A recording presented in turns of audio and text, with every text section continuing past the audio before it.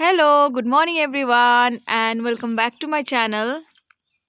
हाम्रो घरमा चाहिँ एकदमै ज्यादा मुसाको आतंक बढेर चाहिँ यहाँ बाबाले चाहिँ एउटा समाधान निकाल्नु भएको छ मुसा पक्रिनु लागि र अब चाहिँ हाम्रो बाबाले चाहिँ एक्सप्लेन गर्नुहुन्छ है मुसा यो पक्रिने ट्र्याप चाहिँ कसरी बनाउनु भएको भनेर चाहिँ। नमस्कार र म आज तपाईहरुलाई एउटा घरेलु उपाय बताउँछु मुसा पक्रिने र यसमा न त तपाईलाई चुवादानी किन्ने दरकार पर्छ न त गम ट्र्याप ल्याउनु पर्छ न त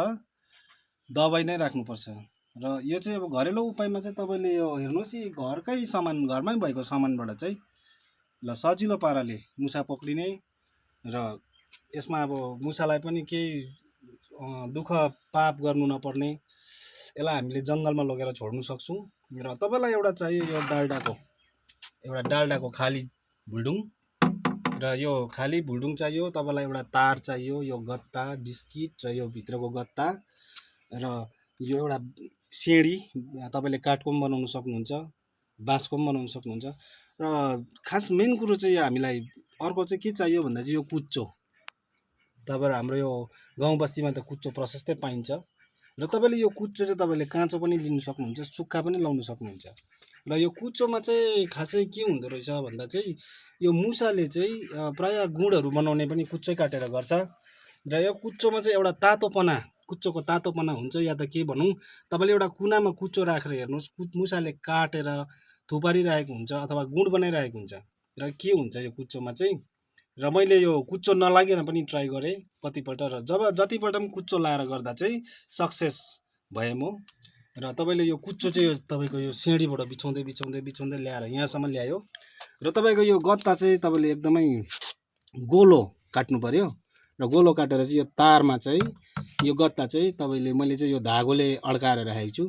तपाईले यसलाई सेलटेपले पनि अड्काउन सक्नुहुन्छ सेलटेप पनि युज गर्न सकिन्छ र यो चाहिँ तपाईले फेरि सोच्नुहुन्छ यो चाहिँ किन लगायो भनेर यो एक्स्ट्रा देखिरहेछ यो गत्तै हो र यो चाहिँ लाउनुको चाहिँ के छ भन्दा चाहिँ तपाई अब योबाट मुसा आएर मुसा त सानो उस्मा पनि हिड्नु सक्छ डोरीमा पनि हिड्नु सक्छ र यहाँबाट गएर चाहिँ यदि अब यो एउटा मात्रै आउँदैन थुप्रो आउँछ यो कुच्चोले गर्दा चाहिँ थुप्रो मुसा एकैचोटी आउँछ र एउटा यो यता कोही यताबाट र कोही यताबाट गइदियो र यो ब्यालेन्स भइदियो यता एउटा मुसा बस्यो अथवा यता मुसा बस्यो भने पनि यो ट्र्याप सक्सेसफुल हुँदैन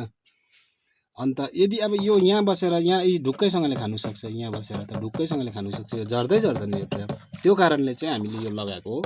यो बार लगाउनुको मकसद चाहिँ त्यो थियो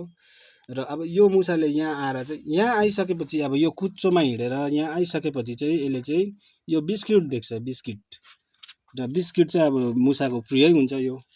र यो बिस्किट खानुको लागि चाहिँ जब यसले यहाँनिर चाहिँ दुईटा खुट्टा राख्छ यो उँधो जान्छ यसरी उँधो जान्छ र फेरि यो पछाडी चाहिँ यो ब्यालेन्सको लागि चाहिँ हामीले यो तार झुन्डाएर राखेको छु यो तारले चाहिँ तपाईको यता तान्दिहाल्छ यो जान्छ यस्तो हुन्छ र यसमा तपाईले अब एकै रातमा तपाईले घरभरिको भयभरको मुसा पनि यो बकेटमा जम्मा गर्न सक्नुहुन्छ र हामीले चाहिँ अहिले एकछिनमै यो अँधेरो कोठामा लगेर राखेको थिए र 3 वटा चाहिँ अहिले पारेको छु 3 वटा मुसा चाहिँ यहाँ हेर्नु 3 वटा चाहिँ हामीले यहाँ पारेको छौं अहिले र तपाईले अब यो जबसम्म यो बिस्किट रहिरहन्छ अब बिस्किट त अहिले खानु सक्दैन र यो चाहिँ आइरहन्छ यसरी नै जतिवटा मुसा चाहिँ आयो यहाँ पस्यो यसरी पस्छ जे तपाईहरुले पनि गर्न सक्नुहुन्छ र अब यसमा मार्नु पनि परेन यसलाई हत्या पनि भएन र हामीले चाहिँ यसलाई अन्त जग्गा टाढो जंगलतिर कहीँ लगेर गएर छोड्नु सक्छौं यो न चोटपटक लाग्छ यो मुसालाई न मर्छ मार्नु त पापै हो यिनीहरुको पनि प्राण हो त्यो भएर चाहिँ मैले चाहिँ यस्तो जुगाड गरेको छु र तपाईहरुले पनि एकपल्ट कोसिस गरेर हेर्नुहोस् यो एकदमै सजिलो